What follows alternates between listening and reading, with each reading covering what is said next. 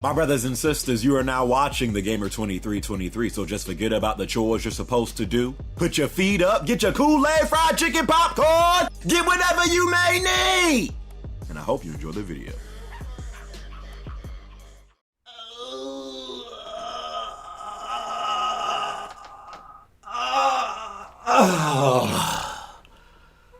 That stretch felt good. Anyways, so, what's going on, peeps? I've been wanting to talk about this junk for a little while, but a brother been a little busy over here. PS5 news that Sony announced, what was that, last week? I think, was it last week or was it the week before? I don't freaking know. This freaking, the rest of 2019 is going by so fast. I don't know, but the stuff that they announced via tweets, which I must say, well, I'll get into that, but wanted to talk about the latest news on that PlayStation 5, aka that Indie Station 5, that we all know it's going to be when it first launches. We know how this stuff works. But yeah, PS5 news. It's dropping pretty much around the same time as that Xbox Scarlet, the true console that we should all be looking out for. I mean, it's only going to be the most powerful console ever. Like, are we not excited about that? Oh yeah, that already happened this gen. But yeah, it drops holiday season 2020, same time around that Xbox Scarlet. Most likely is going to be in like, late November, early December at the latest. So yeah, 2020, listen, we all know it. I keep saying it. 2020 is going to be crazy. 2020 actually might be, worse in terms of like the amount of money that we going to be spending on these games compared to 2013. I don't know. I'm not a fan of, and I get it, listen, Sony shot themselves in the foot at E3 2016. Ever since that moment, I felt like they said after like all the shock and hype was out the window, because E3 2016, at least for Sony, was freaking crazy. But since then, E3 has not been the same since E3 2016. We've had pretty much 3 straight years of E3 pretty much being blah. And after that, I feel like Sony said, okay, we got to stop doing stuff like this to where like we showing games like freaking 3, 4, 5 years before they even drop, So ever since E3 2016, Sony looks like they're taking this new approach to where like all the announcements that they make is just from like via tweets. And again, listen, they kind of pulling a Rockstar. I don't remember the last E3 Rockstar was even a part of. Seem like that's the new approach that Sony is taking, freaking announcing when they're dropping the PS5 and details about it just via tweets. Now, granted, I'm assuming I'm assuming E3 2020, I'm assuming that's where, like, it's going to be, like, all PlayStation 5. If you remember how E3 2013 was in June, to where that was, like, where freaking... I still feel like that's where Sony won this whole entire generation. Microsoft never recovered from that moment. That was the E3, to where Microsoft had all those restrictions for the Xbox One, and then freaking Sony got on stage and said, "This is how you share your games on PS4." Thanks. PlayStation. Ever since that moment, it has never been the same. And then the cherry on the top was when they said, "Oh yeah, and by the way, PS4 will be $100 cheaper." I'm assuming that's how E3 2020 is going to be for Sony in terms of just like them talking nothing, really talking about nothing but the PlayStation 5. So, yeah, granted, just the way they're giving us this new information, I'm not a fan of. But really, until the PS5 can actually be revealed, I mean, what really can they, like, show for it? So Okay, now they also talked about the controller, the PS5 controller. We all know every generation Sony tries to improve on the DualShock controller. From PS1 to PS4, all of the DualShocks have, you know, kind of had that same like structure, you know, base, you know, to stand on, whatever. But they do make like a little, you know, tweaks and improvements, you know, to make it a better controller. Okay, since we originally unveiled our next generation console and unveiled, I ain't seen. Speaking of that, hold up, I ain't even talk about that yet. Have you guys been seeing, you know, like these like early pictures of the PS? Like this junk looks like a freaking. It looks like a stadium. Like I don't even know how to like. I don't even know how to explain. Like it looks like. I actually need to like look at this junk while I'm talking about it. Yeah, like this. It looks like a stadium. Like look at it, bro. Tell me, focus, sucker. Like the junk look like a stadium. Now again, most likely 99.2%. This is not what the PS5 is going to look like, but you know, and just the stuff that you see, it says on the front, it freaking says "Let's go." It says "Let's go digital." Like, did you freaking see it? And that is another thing that I am worried about. That's probably like one of my biggest concerns for not just next generation, but the future of gaming. Do y'all think we're gonna be in like? Do you guys ever think we're gonna hit? And I mean, just the way that technology is moving today, it doesn't seem like a far-fetched idea. But do you guys think that gaming is ever going to turn into something to where it's all digital? Like, there's no more physical no more. Like, every time you want a game, bam, then go to the PlayStation Store. Bam, go to the Xbox Live Marketplace. Bam, go to the Nintendo eShop. You know, like, will we be in an all digital gaming like type deal? And bro, listen. First off, if that ever happens, GameStop, suckers, y'all are already struggling. Sucker, if that ever happens, sucker, kiss your ass goodbye. You are the new Blockbuster.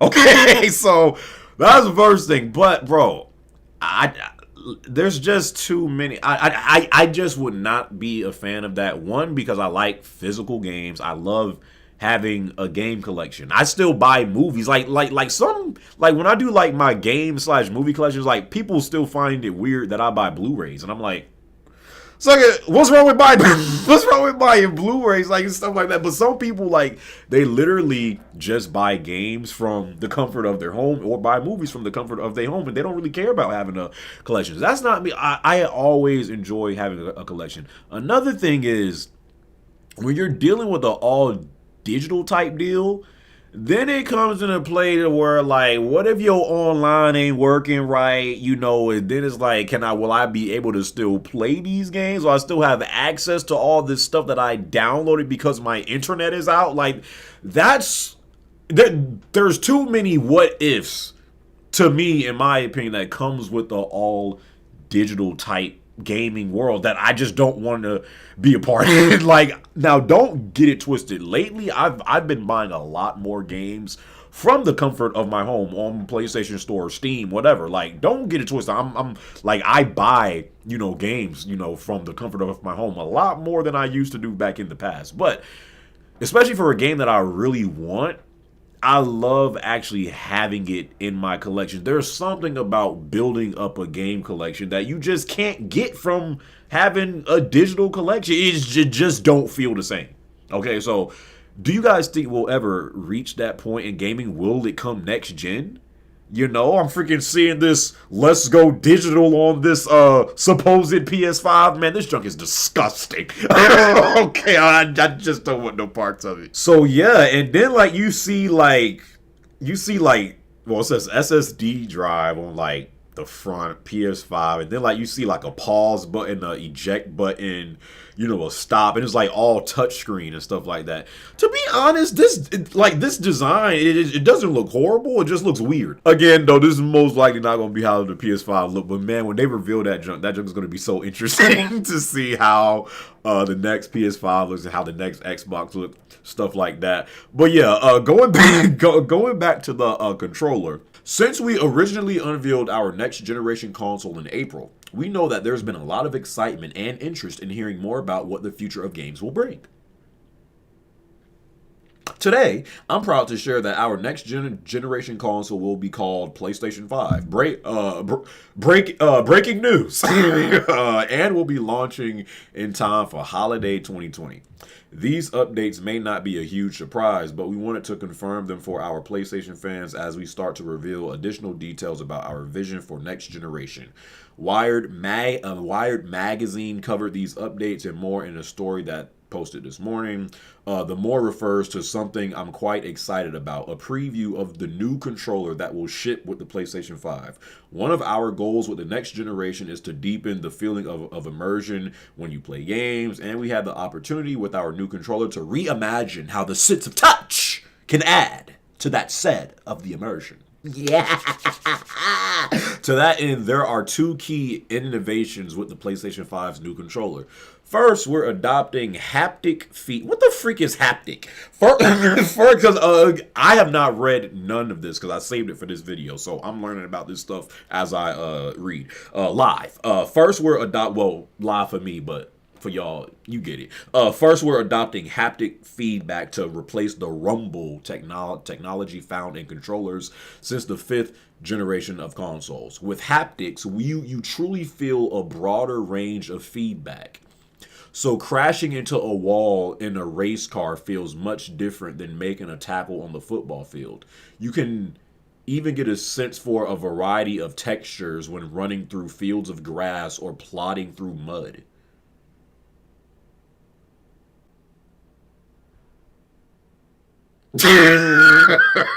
Sucker, how are you supposed to feel all that through a controller? Wait. With haptics, you truly feel a broader range of feedback. So crashing into a wall in a race car feels much different than making a tackle on the football field. You can even get a sense for a variety of textures when running through fields of grass or plodding through mud.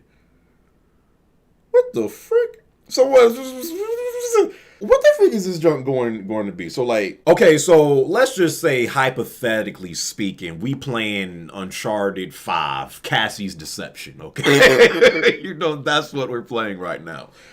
The controller is going to give you a sense of what what texture, what?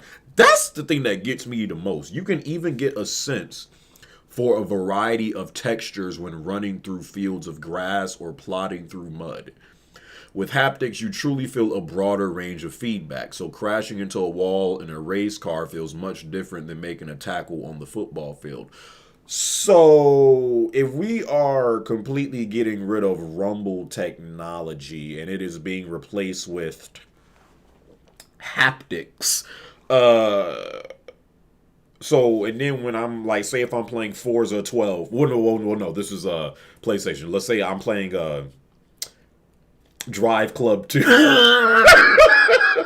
Drive Club. Let's say I'm playing Drive Club the sequel. And if I crash in a car, that's going to feel different from, having an explosion in a game, or, playing a football game and getting tackled, or playing a basketball game, doing a dunk, stuff like that. You can even get a sense for a variety of tech. Again, I'm reading this for the first time, so you can even get a sense for a variety of textures when running through fields of grass or plodding through mud. Sucker, they trying to be immersive as freak. The second innovation is something we call adaptive triggers, which have been incorporated into the trigger buttons L2 and R2. Developers can program the resistance of the triggers so that you feel the tactile sensation of drawing a bow and arrow or accelerating an off-road vehicle through rocky terrain. In combination with the haptics, this can produce a powerful experience that better stimulates various actions. Game creators have started to receive early versions of the new controller, and we can't wait to see where their imagination goes with these new features at their disposal. Hold up, before I finish the last part, because I'm already thinking about this jump right now. The DualShock 4 and PS3 controller. Let's go back to those two. First off, the DualShock 4 controller, what did they add from the PS3 to the DualShock 4? Really just like that little light bar on the freaking front of the controller for whatever. They had the little speaker, you know, on the controller to where sometimes during certain games you would play, like, some of the sound effects would come through the controller speaker, correct? Right. I think Resogun did that. The freaking recent Call of Duty beta actually did that as well, but some games did it, not really a lot. Also had the touchpad, which was the main thing, and of course the share button, which I was actually a fan. That's my biggest.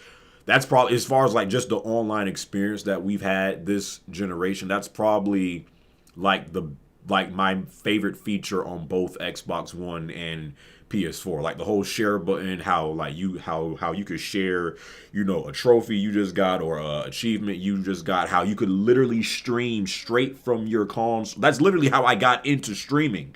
Like just using the freaking share button on PS4 and live streaming straight from PS4 and Xbox One. I love that. That's probably like, that is my favorite feature as far as online this gen, the freaking share button, whatever. And then the touchpad.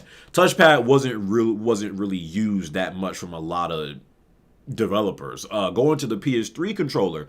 PS3 and the DualShock 4 also had 6-axis. And the PS3, the whole thing with the PS3 was the 6-axis, which wasn't really used a lot. Some of the early launch games did it, but as time went on, most people was just like, that junk trash, bro. It's a gimmick. People ain't really, buying in, or isn't really buying into it. Let's not try to develop our game around the whole 6-axis thing. Let's just do us. So 6-axis wasn't really used, which when it was used in certain games, I was a fan of it. Killzone 2 used the 6-axis. Resistance Fall of Man used the 6-axis. Uncharted 1, Drake's Fortune used the 6-axis, but it was really only for to balance on planks and stuff like that. But really, like the early launch titles, used the 6-axis, but really not so much afterwards. Really, the only times you would see like 6-axis be used more so, or the touchpad, whatever, was when it came to like those interactive based games. When it comes to like Detroit Become Human, I know Heavy Rain did it on a PS3, stuff like that. But a lot of the times, where I'm going with this is, a lot of the times, the new features that they make to the controllers, developers don't end up really implementing them into their games. So this all sounds good, but is it actually going to be is it actually going to be used? Are developers actually going to, develop their games around, this new haptic feature, that they have with this? That's what I'm thinking right now. While there's much more to share about PlayStation 5 in the year ahead, we have plenty of blockbuster experiences coming your way on PS4. I'd like to thank all PlayStation fans for continuing the journey with us as we embark on the future of video games. And that was it. That's all the info that they put out last week. Stuff like that. Again, a lot to be excited. I always love talking about when the next generation is on the cusp, because it's always exciting to talk about. As you see, I'm actually having a lot of fun talking about this junk right now, and I'm very passionate about what I'm speaking about on this moment. However, there's a lot of stuff to consider. Lots of stuff to consider. First off, the price. Now I've talked about this junk before. But there's rumors. Now, let me tell you this right now. There's rumors that the PlayStation 5, that's going to be Sony's next console, correct? We already know the Xbox Scarlet is going to have backwards compatibility. I mean, the Xbox One had backwards. Listen, you could say, we all know the Xbox One trash. But suckers don't get triggered no more. Y'all suckers lost this generation years ago. Like, when suckers say that, you shouldn't be like mad no more. Like, y'all, like, Like, y'all suckers know what's up. You know, but no, that Xbox One ain't trash. But we all know how the Xbox One games, when it comes to exclusive games, they ain't really got jack. But say whatever you want about the Xbox One. Xbox One had backwards compatibility this gen, and that was a huge plus for them. I'm a fan of backwards compatibility, so that was a huge plus for the Xbox One. And we also know that the Xbox Scarlet is going to have backwards compatibility. We also know that the PS5 is going to have some form of backwards compatibility. But there are rumors from inside sources, okay, and I'm not sure if these are the suckers that got the dev kits or whatever, but from inside sources, there are rumors going around. Now rumors don't mean it's official, okay? We all know what the definition of a rumor is, correct? Correct. There's rumors going on that PS5, it's going to be backwards compatible. You bet, oh yeah. You bet your ass. It's going to be backwards compatible. But that junk going to be fully backwards compatible. Yes, my brothers and sisters, that means it will be able to play PS4 games, PS3 games, PS2, and PlayStation 1 even. And I am here to tell you, let's just say again, hypothetical. Now we're all talking hypotheticals here, okay?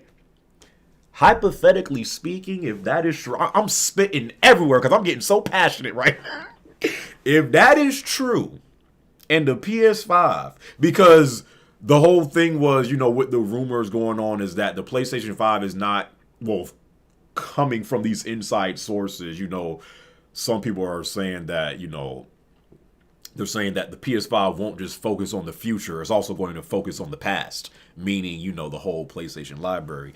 If the PlayStation 5, again, hypothetically speaking here, let's just say that junk is able to play all PlayStation games throughout the entirety of PlayStation. We already know the specs that this junk got. They didn't go too into detail, but we know it's going to be powerful. And y'all suckers, I've seen suckers say 500 max. If they go over that, yeah, I ain't really a fan. I'm seeing suckers say 400 max. Sucker, I am here to tell you, if you think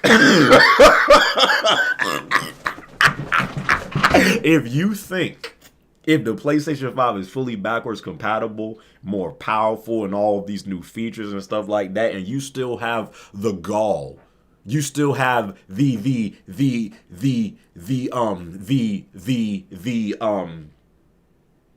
what's another high intellect word that I can use right now? You still have the gall. You still have the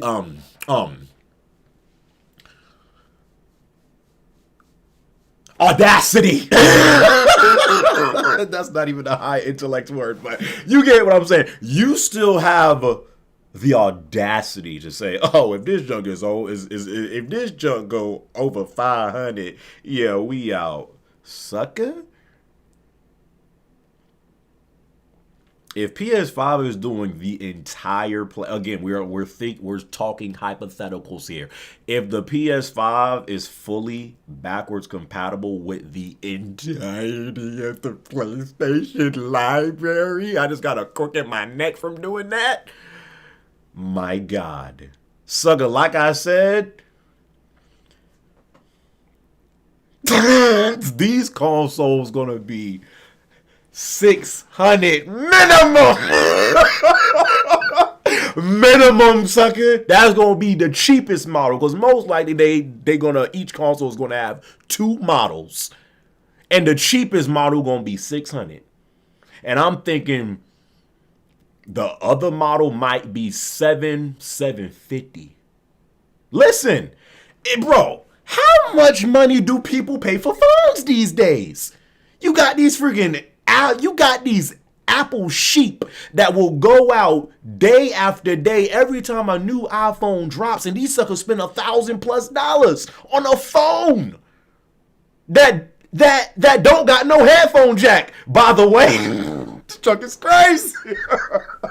And you mean to tell me that you don't see consoles get into that price point? Man, please. Especially if we're doing fully backwards compatible. Again, speaking in hypotheticals here. Man, if that's true, and the PS5 can play the entire PlayStation library, sucker, y'all might as well throw that 400, 500, hell, even 600 out the window. This junk is going to be insane. Okay, okay, so that's the one thing. What's the prices? I'm so interested. Like, I cannot wait until the prices are shown. I just want to see people's reactions. So yeah, what are you guys' thoughts about everything that I just discussed? You know, leave all your thoughts down below. I want to see full-blown college essays on everything you are thinking about when it comes to next generation gaming. Hope you guys enjoyed this video. Man, and freak, I need to go get a haircut, bro. Edge up, something.